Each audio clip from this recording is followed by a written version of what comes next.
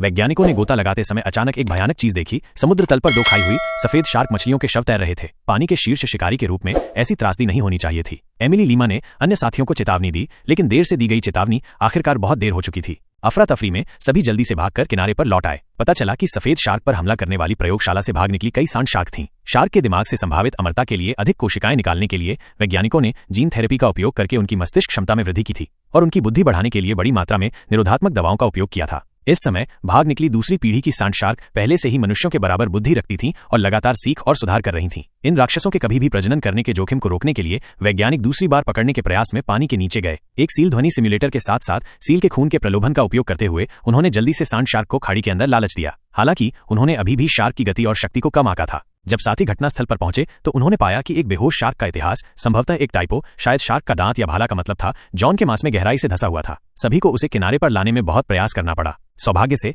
ये सांड शार्क अभी भी अपने किशोर अवस्था में थीं। हालांकि जॉन की चोटें गंभीर थीं, लेकिन उनकी जान खतरे में नहीं थी और उन्होंने एक सांड शार्क को सफलतापूर्वक पकड़ भी लिया था, जो निस्संदेह एक अच्छी शुरुआत थी। लेकिन तभी पूरी नाव अचानक एक जोरदार टक्कर से हिल गई। करीब से देखने पर वे ये देखकर चौंक गए कि अन्य दो सांड शार्क अनुसंधान पोत पर जोरदार हमला कर रही थीं। जाहिर तौर पर वे अपने पकड़े गए भाई को बचाने आए थे। हालात को देखते हुए पूरी नाव डूब जाएगी। नाविक जल्दी से डेक पर पहरा देने के लिए चले गए, लेकिन चालाक सांड शार्क पानी के नीचे छिपी रहीं। अपना सिर नहीं दिखाया, इसलिए वे फिलहाल उन्हें निशाना नहीं बना सके।